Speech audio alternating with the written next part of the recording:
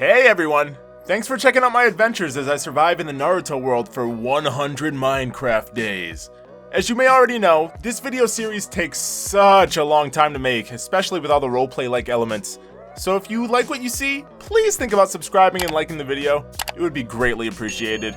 Before we jump in though, I want to clear something up really quick. This is the second part of the epic tale, which will cover days 36 through 68.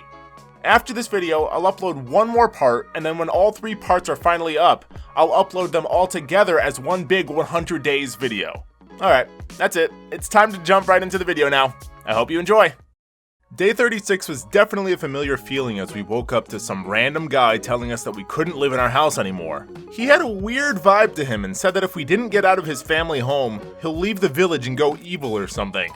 I didn't know what he was talking about, but I didn't want any crazies trying to sneak into my place at night doing any sus stuff. So Waddle and I went back to our old house we were working on. The next 3 days involved a lot of house maintenance as we created and moved into our new spot.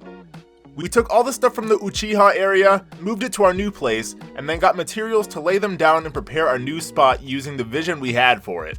Unfortunately, we realized that we had no idea what we wanted this place to look like, so the building process ended up taking way longer than it needed to. On day 41, we were back to taking on missions. There was a request from the Sand Village to assist Gaara, as there were rumblings of a certain group that wanted their hands on him. The group was called the Akatsuki. On day 42, Gaara requested that we assist him in clearing out a group of desert bandits in the area. They were beginning to target a lot of people from the Sand Village, so he wanted to put a stop to that. We tracked down their location and began our fight. What they lacked in power, they made up for in sheer numbers. There were far more of them than I expected, but somehow we managed to hold our own and taught them a lesson. After clearing out a large majority of them though, the three of us caught a glimpse at who we assumed were the leaders of the band at the top of the mountainside we fought on. There, one of these powerful threats attacked the three of us. We were practically powerless in front of this man, and I ended up getting knocked out in the process. Day 43 through 56. When I woke up, I was in a genjutsu of some sort. There were a multitude of the strange man who we fought against, and once I took one down, another would take their place. It was a never-ending wave of them that continued for almost 2 weeks straight. Day 57. I finally woke up from my genjutsu coma and was greeted by Waddle and a woman named Tsunade. She said that the pervy sage Jiraiya and a student of his went out in search of her to come and assist me. Lady Tsunade made me aware that on the rooftop, there were two skilled ninja who were going to help Waddle and I get Gaara back. I found out that he was abducted during our mission. The whole time she was explaining everything, Waddle couldn't stop staring at her mommy milker Bazanga Dunkaroos though. On the rooftop, we met a guy named Naruto and his best friend, Sasuke. I realized that he was the sus boy from the other day, so I started calling him Suske. It didn't really stick though. On day 58, we were informed that someone on the inside had gotten some information on the whereabouts of two of the Akatsuki members named SoundCloud and Greg. So Waddle, Naruto, Sasuke, and I rushed over to where they were reported to be at. There, we immediately got into a life or death fight against some of the strongest enemies I had ever seen. In their own right, I would say that these two were in the same ballpark of power as Orochimaru. After defeating SoundCloud, we discovered a note on him written by someone named Pain, which contained detailed instructions on how to get to the Akatsuki hideout where we assumed Gaara would be located. Just then, SoundCloud sprung back up and exclaimed that the grind never stops, but we put him down once again. Thanks to the detailed directions on the note, we got to the hideout pretty quickly, and on day 59, we had yet another fight with two Akatsuki members. This time, the four of us were matched up against the infamous Kermit and Purple Guy. These two actually had quite a lot of bite to them in terms of power, but luckily, we had already anticipated what maneuvers we would pull off if we were to get into a skirmish with any of the Akatsuki. So the fight went about as well as we had hoped. With two more Akatsuki members down, we entered the makeshift hideout and rescued Gaara. By nightfall on day 60, Gaara was feeling better and we had gotten him back home. However, we were intercepted by even more members of this stubborn organization. This time though, we ended up with a plot twist that almost brought us to tears. The Ichiraku ramen guy was a member of the Akatsuki. We reflected on him wearing the cloak in the earlier days when we did the chicken mission for him, but we had assumed that at the time bro was just in some really drippy cosplay or something. Feeling utterly betrayed, we fought with all we had.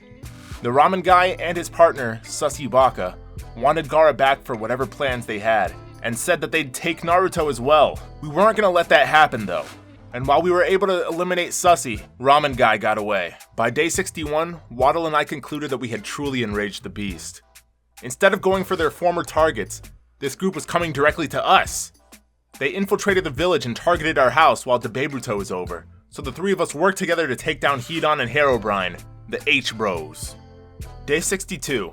The fight with the double H's actually went on into the following morning, where we proceeded to clean things up. After returning home and examining the damage done to our new place, we noticed something staring down at us. I used one of my wind manipulation jutsus to get a closer look, and I realized it was yet another member of the Akatsuki named Zetsu. He didn't seem to want the smoke though, cause he left when I got too close. Day 63 rolled around, and Debabruto, Waddle, and I decided that we'd bring the fight to them. So we used the insider info to locate two more members of the Akatsuki, Datara and Panda Man. They were completely blindsided by our arrival, but quickly caught their balance on the whole situation and sprung into high gear. With every fight, I definitely felt like I was gaining valuable combat experience though, and I began to feel almost as though I was rapidly leveling up. Orochimaru had told me about my origin, but it was during this point in time that I really began to notice that I was feeling the beginnings of an awakening in myself. We defeated the two foes with plans to continue our hunt for more. On day 64, we found a familiar face. One of the two Akatsuki members that was present when Gaara was first captured was there alongside a different partner this time. He was with some gigantic man now. This didn't really slow us down though, and the battle raged on just as it would have if it was a normal sized person. We were too laser focused on the mission to waver now. When the fish-like man noticed my executioner's blade, he questioned how I managed to get my hands on it, and after I told him that it was from Zabuza, he requested that I show him what I'm capable of with it.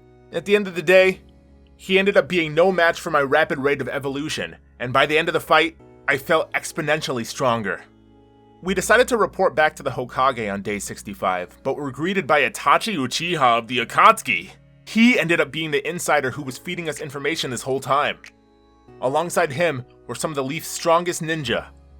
This team was being put together because Itachi had gotten word that Pain, the leader of the Akatsuki, would be infiltrating the village for a full-on assault as an act of revenge due to losing most of his members to us. The Akatsuki invasion on the Leaf came like a storm. The unit made up of allies that Itachi banded together met with the four remaining members of the Akatsuki on the roof, and an all-out brawl encompassed the roof of the Hokage hut. With Pain were Cherry Pie, Zetsu, and SoundCloud's brother, Spotify. Once again, for the sake of the village, I threw everything on the line alongside my trusted comrades. On both sides, we continued to fall one after the other, and eventually, only Waddle and I were around to fight Pain due to everyone either being defeated or retreating to get others out of further harm's way. By this point though, I still felt myself leveling up, but a question popped into my head. How was it that no matter how strong I was getting, Waddle was constantly able to keep up with me? We defeated Pain and ended this grueling conflict. Day 67, it was reported that the Hokage hut was attacked by a mysterious person. Unfortunately, so much damage was done to the interior that no one in the building survived, including the third Hokage. I was mortified at the lifeless body that lay before me. This was the man who accepted me with open arms, the man who made me feel like this village was my sanctuary. He was gone. On day 68, while paying our respects at the third's wake, Waddle and I were distraught at the horrific death of Hiruzen. I couldn't hold it together and I began to break down crying. Meanwhile, Waddle declared that he had finally fully awakened. I questioned what he meant, but during our moment of anguish and sorrow, Waddle disappeared and Debabruto stood in his place. When I questioned where Waddle went, I was attacked and lost consciousness. And with that, the Akatsuki arc comes to a fitting close, and we have opened the doors to the final arc of the 100-day journey. Comment down below what your favorite part was and any suggestions that you might have. I quickly just want to thank everyone who watched the first episode and has carried enough interest to check out this one as well. Hopefully the conclusion will hold your interest enough to want to come back once more. I'm already planning on having it up pretty soon, so you don't really have to wait too long, hopefully. Honestly, the series has been in the works since April, but I never got around to editing it, so now that I'm finally able to, it actually feels really fun. Like I stated before, I plan on uploading one more of these to finish off this series, and once those are all up, I'll be putting them all together as one full video, so if you want to be notified when those go up, I recommend subscribing to the channel and clicking that notification bell. I also have plans of doing more of these with other anime series like One Piece and maybe even Jujutsu Kaisen. With that though, I think it's time to start editing part 3. Thanks for watching, see you later, bye!